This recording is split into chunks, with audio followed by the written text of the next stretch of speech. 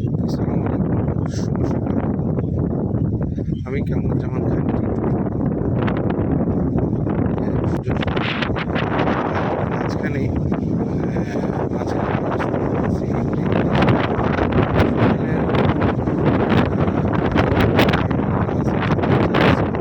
শেষ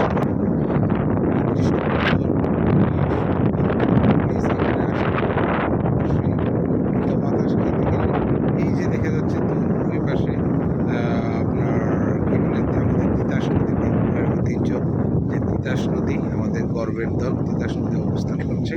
এই তিতাস নদী হইতে এই যে খালটি দেখতে পাচ্ছি আমরা, এই খালটি তিতাস নদী হইতে অবস্থান করে এদিক দিয়ে এসে হচ্ছে একটা মৎস্য প্রকল্প বিশাল এই খালটার মধ্যে দেখা যাচ্ছে এই এলাকার যারা আছে তারা জাল ফালায়, খুব নদীর মাছগুলো এখানে পাওয়া যায়।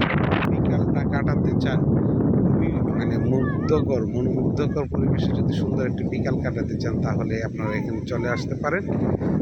পাশাপাশি বিকেলবেলা বা দুপুরবেলা দেখা যাচ্ছে জেলেরা মাছ ধরে, যে মাছ ধরে তাজা মাছও এখান থেকে সংগ্রহ করতে পারবেন। এটা হচ্ছে শহীদপুর পাঠানপাড়া তালুকদার বাড়ির যে সংযোগ সড়কটির ঠিক মাঝখানে। তাছাড়া বর্ষার মৌসুমে এখন পানি বাড়তেছে, বর্ষার মৌসুমে এখানে যখন